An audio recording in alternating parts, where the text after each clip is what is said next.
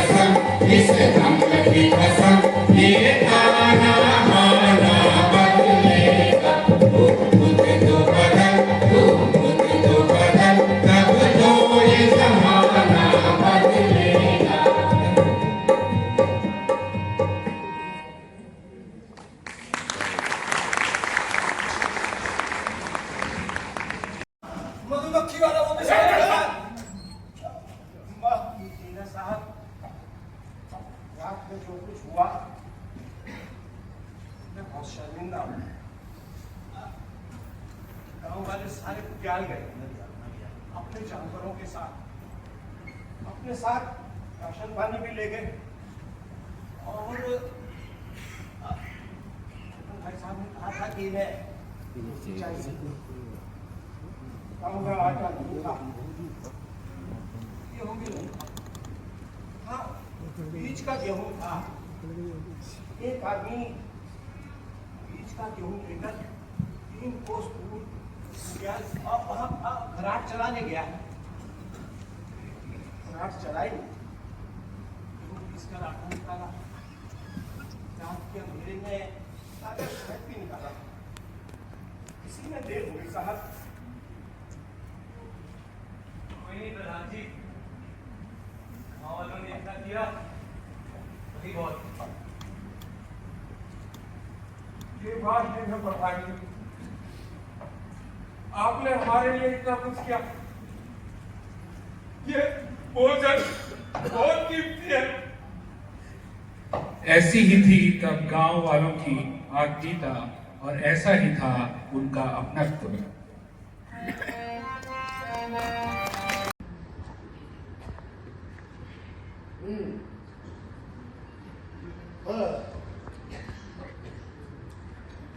देखिए, हम यहाँ पर 300 मेगावाट का पन बिजली घर बना रहे हैं।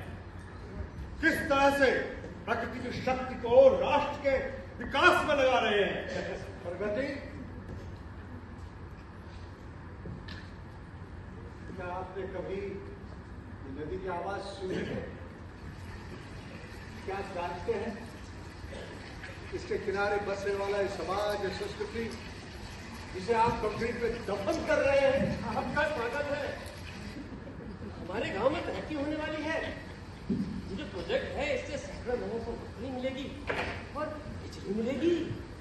प्रधान जी, और ये बिजली नौकरी मिलेगी किसको? यहाँ के लोगों को या बाहरी लोगों को? हमने तो आज तक देखा नहीं यहाँ किसी को नौकरी मिलते हुए।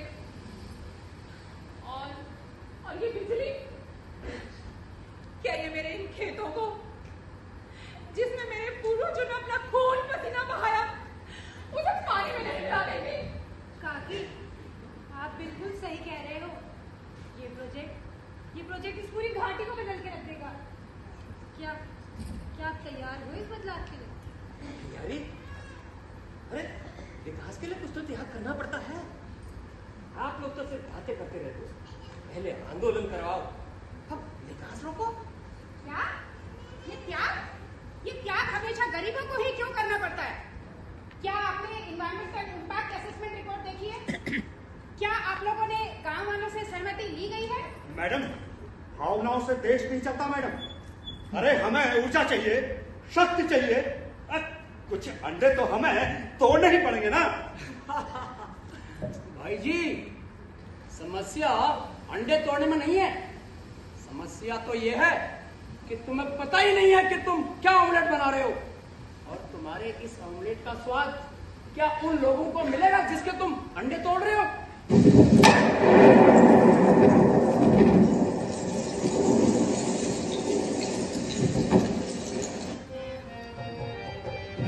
से सूरज निकलेगा, गिरगी सा नहीं बांध बनेगा, हर एक गाँव में हर एक जगह का पर्वत का कद बख्श तनी, उसको डारा को कदिया जारी रहेगा, जारी रहेगा, जारी रहेगा, उसको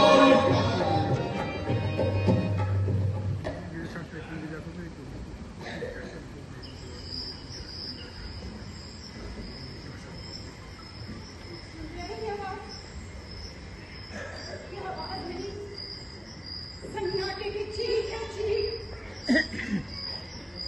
ये वो आवाज है जो बच्चों की किलकारियां, औरतों की पायल की रुनझुन, लोगों के हंसने की आवाज और घराट से निकलने वाली आवाज